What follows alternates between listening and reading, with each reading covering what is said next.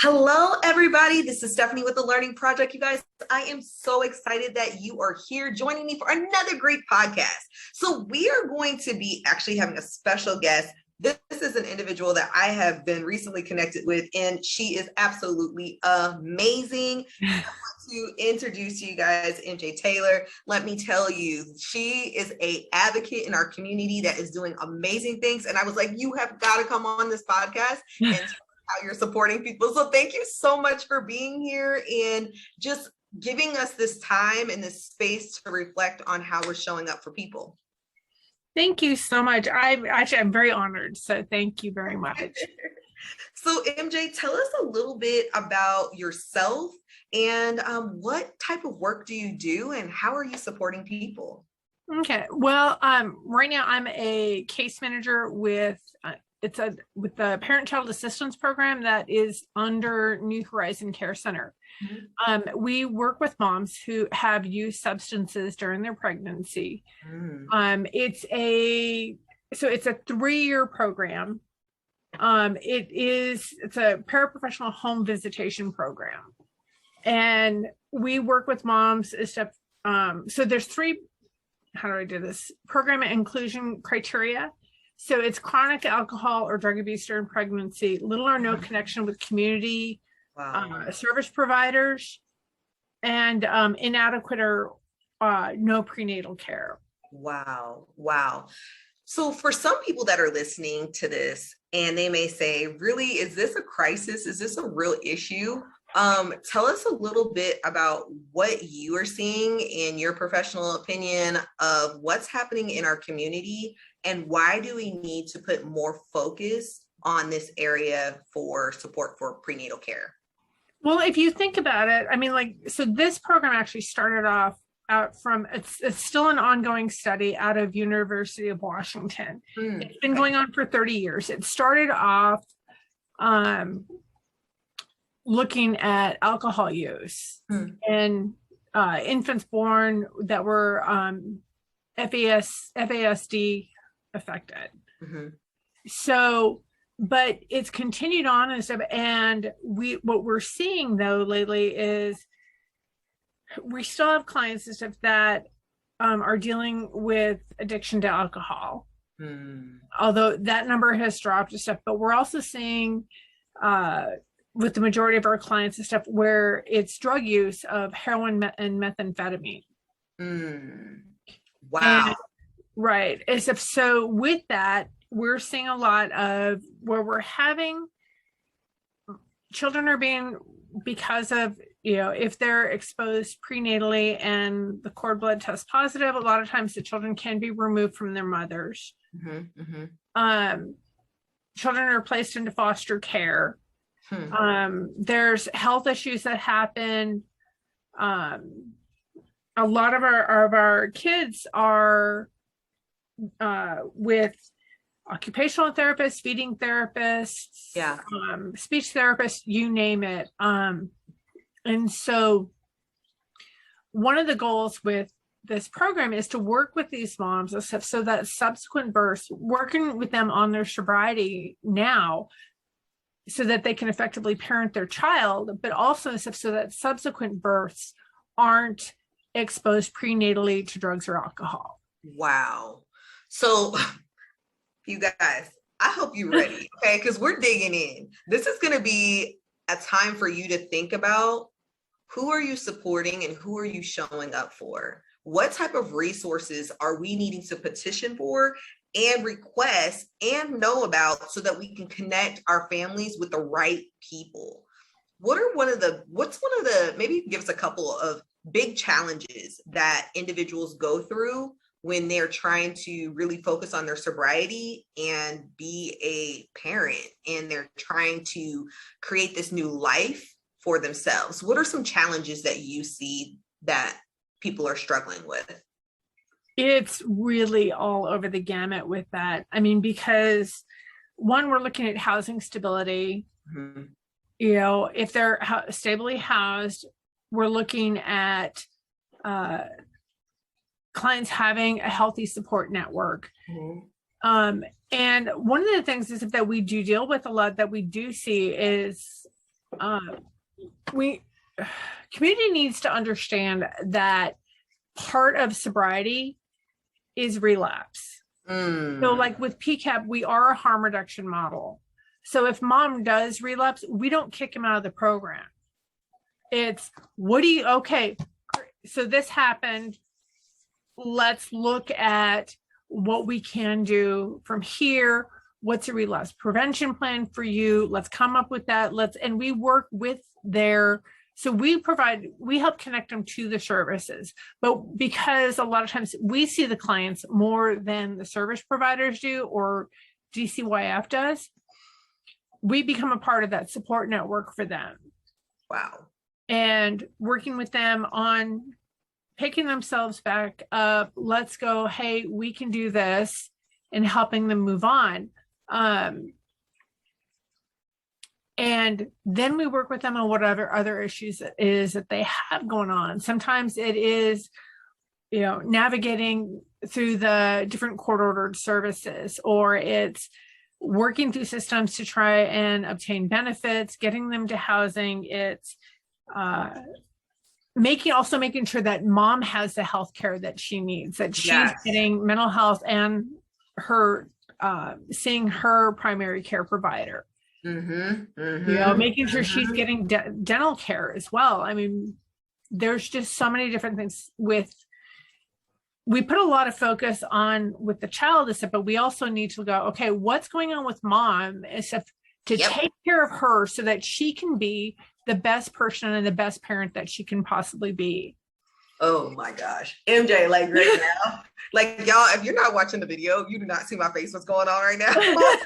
And I am like so amped about this part of the podcast right now, because so many times we will praise people for having this superwoman complex, making sure that they, bounce right back. They are doing everything perfect. They are, moving around, taking care of the child, cleaning, cooking, going to work. There is such a huge emphasis on women being everything. And we have to forget that the prenatal stage is a sacred space. After an individual has a baby, there are so many things that change biologically, hormonally, physically. Right. There are all of these things that we're going through, and we're actually not having the right conversations. And when people are talking about how do I stay sober, how do I juggle all of these different things, we are missing the real conversation of how do we set up the right support systems that are going to help someone be successful at the end of the day. Exactly.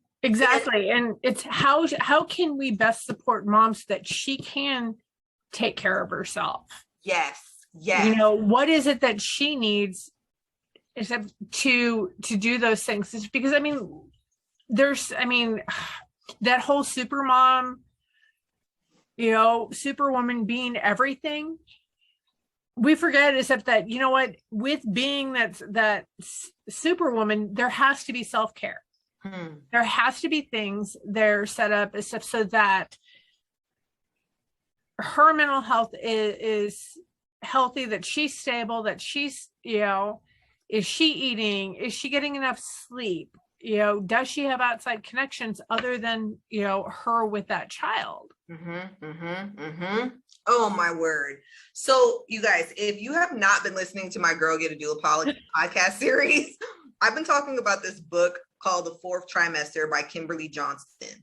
And she talks about how women go through these different stages. They go through these different portals of change. And it talks about the mother needing to be mothered when they have a child. And I thought this was actually really interesting, but also it made me think about people who need additional support and need peer support, and have somebody say, you know what, sis, it's okay. You're going through this. It's okay that you relapsed. It's okay. Like that part is really crucial. And she talks about women coming around, or individuals coming around and supporting that person wholeheartedly and really helping them get to the end of the journey. So how does your organization, or you in general, because y'all, MJ is the truth. So like, how have you been able to do that through your organization or as an individual? helping people get to that place of success. And when we're talking about that place of success, what are we missing and we're not talking about in that conversation? I know that like for PCAP, it's a really out of the box kind of program. Mm-hmm. We're able to be there with the moms. We do carry small caseloads, generally 16 to 20 clients. Mm-hmm. And so that we are able to spend that time with them, give them the support that they need, hold their hand when they need it. They can call us when things come up, and I can say this, I mean, like with the case managers that I work with, it's about being there with them, being authentic, and just showing up. Yeah. Showing up consistently for them. And when we set goals with them, it's about their goals. What is it that you want? Yes. Let's make this, measurable objective goals for you. So that way we can set up when they're doing their goals to make it something that's attainable. And when those things happen, it's like, oh, girl, look at these dudes over there. And I'm just like, I'm such a dork about it because I have pom-poms in my office. I love it so much. So you mentioned something to me that I thought was really interesting. You let them set their goals. And this is actually very interesting because a lot of times when you're in a program, they have their own steps, they have their own goals, and they talk about how you should do it. So like, how does that conversation even start for the people that you work with? Well, usually like when we first meet with clients, we do this thing called the difference game. And it's each of these cards have like, it would make a difference in my life if and then it lists off different things. And when I tell clients, I said, this is part of the paperwork that we do at your intake. Yeah. At least with your case manager, you're going to do this. Now, I'm not going to tell you that this is what we have to do for goals, but it's a great tool for using that to guide us towards. And usually when clients first come in, it's like there's stuff going on in their lives where they need help with stabilization, and we'll work on that. But then as they start becoming more empowered, they become more stabilized, and we're able to work on other things that fulfill themselves. Wow.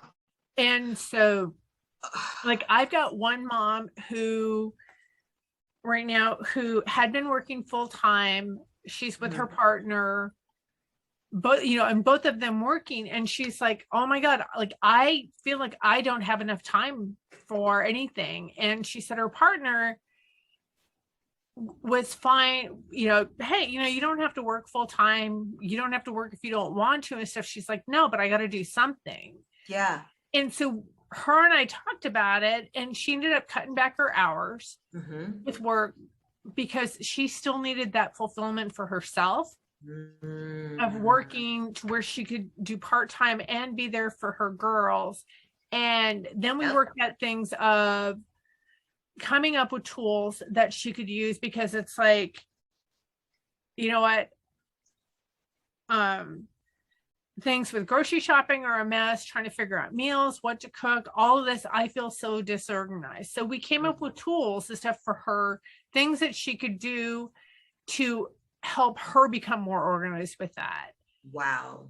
And it's been amazing. And she's doing phenomenal. She's working part-time. She's raising 2 daughters. She's with her partner, and now she's looking at going back to school. Because she's working part-time, she actually is going to be able to have the time now that she's been able to get things organized so that she can start thinking about going back to school for herself. Wow.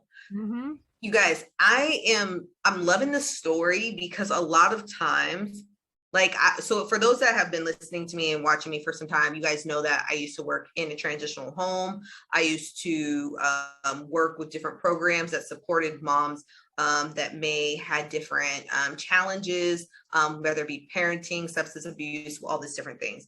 And one of the things that we forget in the spaces we work is to have the freedom to help people navigate their own healthcare and their own journey. And it's really interesting because we tell people, don't tell me about my body because you don't know my body, you're not in my body, so you can't tell me what to do with my body, right? It's the same kind of thing where when we tell people this is the way you should care for yourself and this is the way you should do something or you have to do something, it puts them in a box and it doesn't allow them to really think critically about what do they want in this part of their life. And I love that you talk about stabilization and really making sure that they have all of those necessities they need so they can deal with the different issues and stages instead of all at once and becoming super overwhelmed by this large task. Right. Well, I mean, if you think about it, I always think about it in terms so much like Maslow's hierarchy. Yes. Without the safety, security, shelter, and nourishment, is that they can't go on to the other things. Yep. And I mean, like, how can you think about possibly going to college, or taking classes, doing something until you have a stable roof over your head, your health care is there, your, just all of the things and stuff that make us feel secure in being in our own home. And then they have to have those things in order to do anything more. And so it's like, I can't really think about this other stuff. Let's get this here stuff so you feel good where you're at. Question for you. If someone's listening to this right now and they're like, I need to get help. What do you tell them to help them understand if they need help, where they should go get help, and to be ready to take those steps? What do you tell people?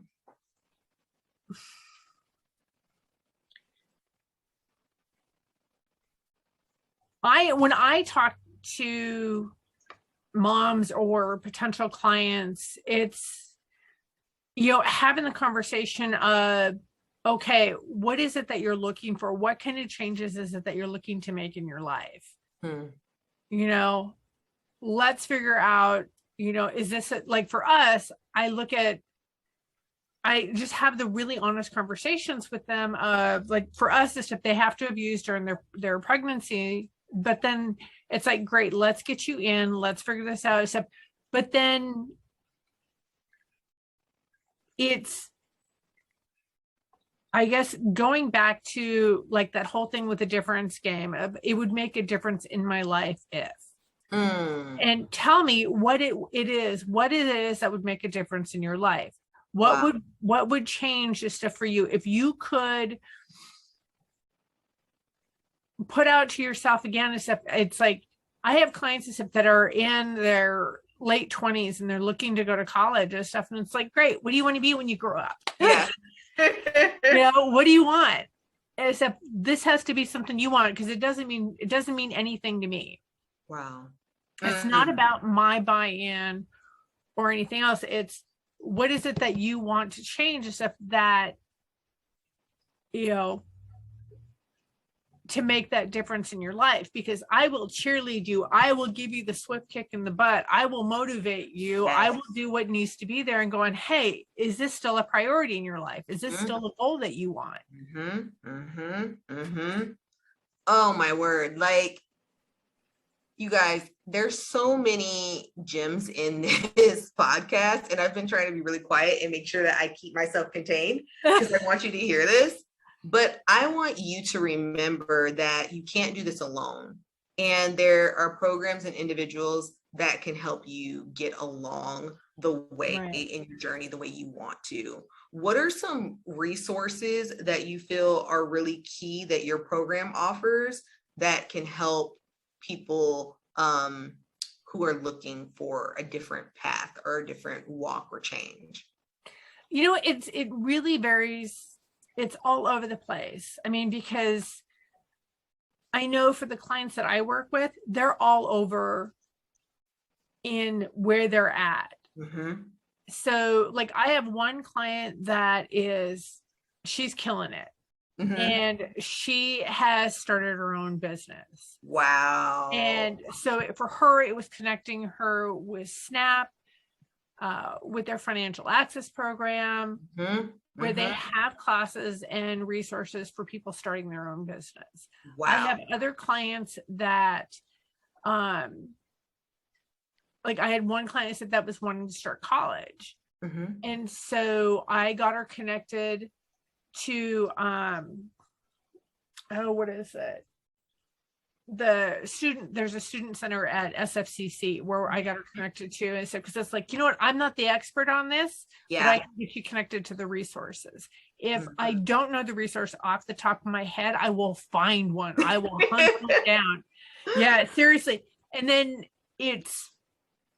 I work with different agencies as well on if it's a matter of them getting a drug and alcohol assessment. Mm-hmm. Mm-hmm. Like I work a lot with compassionate addiction treatment with clients getting their assessments done. I also work with Spark, with Pioneer Center East, Isabella House. Yes. On getting for inpatient services. And just kind of really all over the place. I mean, I've also worked with, I love tag teaming with other case managers or other providers out in the community. So I'll work a lot with other foundational community supports programs.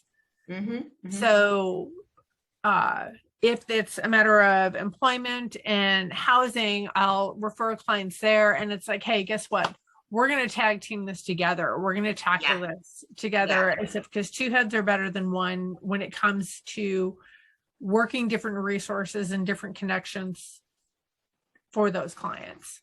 So one of the things that we talked about in one of our sessions was how biases impact people receiving access and connection.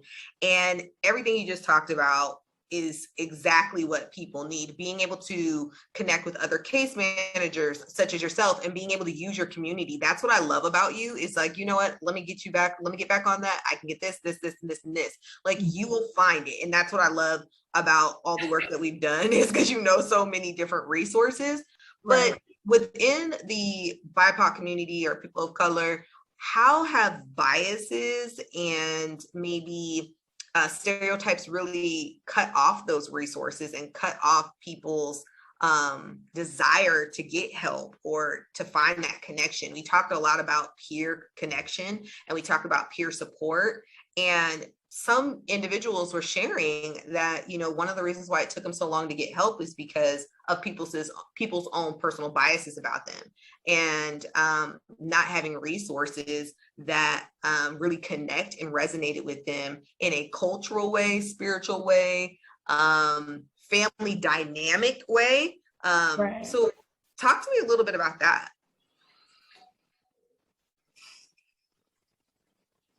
Well, I know, like, loaded question.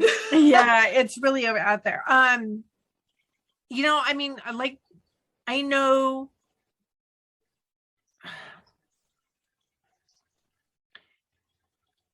I will utilize programs that are out there, but I'll also refer clients to agencies that I know are going to better suit them. Except because I know, like, if I have clients that are, how do I do that? I don't know. I mean, because I know the biases are out there. I know what it is that clients have told me regarding their experiences, and I will turn around and use my position and how it is that I'm known out in the community as an influence and stuff of going, oh no, we're going to get this done. Okay, I like this. It's like, when I started this position, my supervisor had asked me in the interview, she's like, so how are you about networking? And I'm like, oh, I get the social and social work. Okay. I'm all about networking. I'm all about being out there, getting the name of the program out there, making the connections. Yeah. And using my reputation to work for the clients. Wow. Wow. Wow. Wow. So, I love it. So it's like, isn't that what my job is supposed to be? Yeah. It's because I can make those connections. It's because I do know providers that are out there, and I'll work with my clients. I will bring them in. I will hold their hands. I will, let the providers know as well. You know what? I'm their advocate. I'm their advocate. I'm standing up for this person here. I'm going to be their voice until they learn to use their own voice. Y'all, if you don't know, now you know. Yeah. Being an advocate, what you just said, is so much more than just standing up and doing things. It's about using your voice. It's about using your position to help connect people and make change. And the question I asked, it wasn't the right question. The question should have been, is how are you using your position to make change for people? And that's something I want you guys to think about as you are listening to this podcast and thinking about your own position and how you need to use that to make change and to make a difference in many people's lives that feel like from the very time they entered into the earth that no one has stood up for them and advocated for them and petitioned for them and believed in them. And yeah, MJ, I always feel like you do that for people. And even just the trail of relationship that we've made through different spaces, you're always talking about putting that individual person first and figuring out ways to help to connect them with the right resources. Before we end our podcast, you guys, I know you guys are probably like, this is so jam-packed. Yes, it is. And it is good. Chicken noodle soup kind of good. Okay. Yeah. Tell me, what's the one last message you want our listeners to hear about making a difference in their community? Oh, goodness. I would think it would be that just get out there, use the voice that you have, be the voice for those that haven't found theirs yet. One of my favorite, I have like a ton of graphic tees and stuff that are all about women and LGBTQ. And one of my favorite shirts is "Empowering Women, Empower Women." And I see like my job is to help lead the way. So with the clients that I work with, to help them find their own empowerment. Wow. Help them find their own voice, help them find their own strength. And I think when you're in that position of where you are empowered, it is our job to empower other women. Wow. Yeah. Y'all, let's empower each other. Let's make this happen. MJ, if people want to connect with you, where can they find you? Well, we are on Facebook at Spokane PCAP, and that's all. PCAP is all capitalized, one word. And then the other is our website, which is www.nhccspokane.org/PCAP. Thank you so much for taking your time out of your busy, crazy schedule to just drop by and just give us this conversation to think about how we're making a difference in the community and different resources that are out there. You guys, if you know somebody that can use the resources at PCAP, definitely connect with MJ. She will make sure that you are very well taken care of, and she will also make sure that she connects you with the right resources. You guys, until next time, MJ, thank you so much. I'm giving you all the hugs. Thank you guys so much for listening. And until next time, here at the Learning Project, see you soon.